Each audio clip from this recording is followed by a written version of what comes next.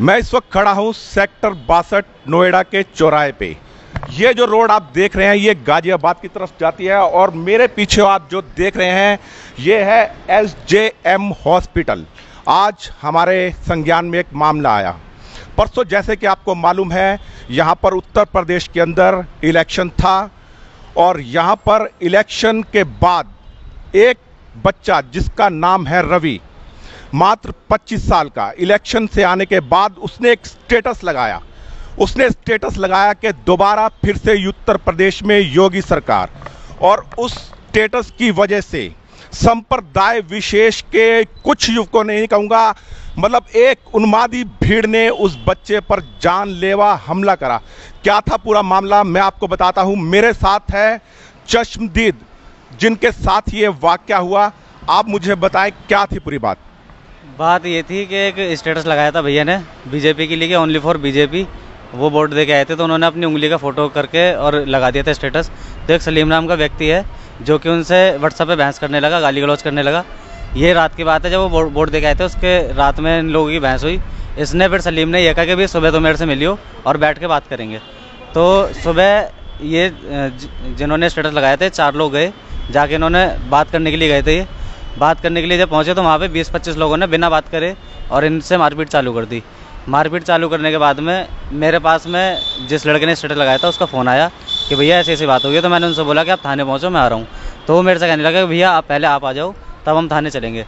तो मैं उस समय एक गाय का ट्रीटमेंट कर रहा था और मैं वहाँ से, मतलब आप गौ रक्षक दल से हैं? जी बिल्कुल, मैं अग्निवीर से गौसेवा परिवार से हूँ और गौसेवा का काम करते हैं हम लोग यहाँ गाजियाबाद क्षेत्र में। तो वहाँ से जब मैं वापस आया तो मैंने देखा कि वहाँ पर कम से कम 700 से 800 मुस्लिम लोग उन 5-6 लड़कों के पीछे पीछे भाग रहे थे और वो लड़के आगे आगे थे। तो जैसे आप बता रहे कि 700 से 800 की भीड़ थी। 700 से 800 की भीड़ एकदम अचानक से इकट्ठी नहीं होती है। इनके साथ कोई आपकी पुरानी रंजिश थी क्या? मेरी कोई पुरानी रंजिश नहीं थी, बाकी और इनकी रंजिश तो केवल बजरंग दल वालों से रहती है। अगर किसी ने टीका लगा रखा है तो इनकी रंजिश हो जाती है। वो केवल मेरे को और जो भैया अस्पताल में भर्ती हैं उन्हें केवल इसलिए उन्होंने पकड़ा था क्योंकि हमने टीका लगा रखा था और हमसे वो ये कहने लगे कि ये भी बजरंग दल से हैं और इन्हें मारो, इन्हें मारो। बस वहाँ पे यही आवाज़ आ रही थी कि इन्हें मारो, इन्हें जान से मार दो, इन्हें काट दो। ये इतना करते करते वो लोग हमें पहले तो वहीं मारपीट की जहाँ पर उन्होंने पकड़ा था, वहाँ से फिर हमें उठा के लेके गए, अपने घर में बंद कर लिया। घर में बंद करने के बाद में तलवार निकाल के लाए और भैया पे वार किया। उनके सिर में जब तलवार लगी, खून बहने लगा तो मैं घबरा गया था और मैंने सामने जो कमरा था मैं उसमें घुस गया। घुसने के बाद में मैंने अंदर से कुंडी लगा ली और कुंडी लगाने के बाद में फिर मैंने 112 पे फ़ोन किया और जितने साथ के भाई थे उन्होंने सबको फ़ोन किया। तब हम वहाँ से कम आधे घंटे बाद में वहाँ से निकले थे और मेरा भी गेट, जिस कमरे में मैं था उस गेट को तोड़ने का बहुत प्रयास किया उन लोगों ने, लेकिन गेट टूट नहीं पाया। आप पर भी आक्रमण किया? जी, मेरे भी। आपने अपने बीच बचाव के लिए कुछ तो करा होगा आपने भी? मैं उनसे, इतने लोगों के बीच में हाथ पैर तो चलते नहीं, मैंने केवल उनसे ये बोला कि भैया मैं उस मैटर में नहीं था, मुझे छोड़ दो। और ये भैया भी नहीं थे, हम लोग कहीं और से आ रहे हैं। उन्होंने कहा कि भाई तुम भी बजरंग दल से हो और तुम भी उन्हीं के साथ थे। जैसे कि आप बता रहे हैं 700 से 800 की भीड़ थी और मैंने सुना है कि वहाँ की जो मस्जिद है वहाँ से ये ऐलान हुआ था, जो संप्रदाय विशेष के लोग हैं ना वहाँ से उन्होंने ऐलान करा था कि ये जो बजरंग दल वाले हैं आज इनको देख लेंगे और इनको जिंदा वापस नहीं जाने देंगे। जी बिल्कुल, मेरे को भी यही बताया लोगों ने कि वहाँ से मस्जिद से ऐलान हुआ। तब वहाँ सलीम के कहने पर सारी ये जितनी भी वारदात थी सलीम के कहने पर हुई है और ये जितने भी इकट्ठे हुए थे केवल मस्जिद की वजह से हुए थे।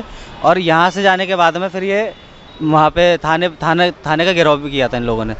जैसे कि सुनने में आया कि वहाँ पर महिलाओं ने छतों से पथराव भी करा था, क्या यह बात सत्य है? बिल्कुल सत्य बात है और मेरे एक ईंट यहाँ भी लगी है, मेरा पूरा सूजा पड़ा है। क्या आपके कहाँ सूजा पड़ा है? वैसे दिखेगा नहीं। कोई नहीं, आप अगर कोई बात नहीं, अगर आप दिखा सकते हैं।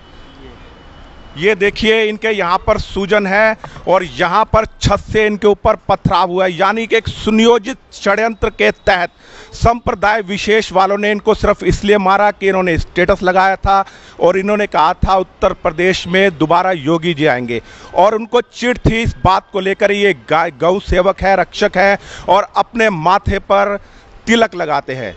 क्या हिंदू समाज अपने माथे पर तिलक नहीं लगा सकता? अगर ये लोग सर पर टोपी पहन सकते हैं तो हिंदू समाज को क्या ये अधिकार नहीं है कि वो अपने माथे पर तिलक लगाए? इस तरह से क्या ये माहौल नहीं बिगाड़ना चाहते? आगामी जो चरणों का चुनाव हो रहा है उन चुनावों को बाधित नहीं करना चाहते? मेरे साथ बच्चे की माताजी भी है। माताजी, मैं सबसे पहले जानना चाहता हूँ आपका नाम क्या है? मेरा नाम पिंकी है। पिंकी है आपका नाम। आपके बच्चे के साथ जब ये दुर्घटना हुई तो उस वक्त कितने बजे का आपको समय का कुछ मालूम हुआ, अंदाजा? समय को कुछ नहीं, 5 बजे घर से निकला, वही 6:30 बजे के करीब की 6 बजे की घटना है। 8-8:30 बजे करीब मुझे पता चला है कि आपको किसने सूचित करा, किसने बताया कि आपके बच्चे के साथ ये जानलेवा हमला हुआ है? कुछ नहीं, इनके लड़कों ने मेरे पास फ़ोन किया, लड़कों से बात चली, मुझे पता चला। मेरा लड़का तो होश ही में नहीं था, बेहोश पड़ा था। मेरे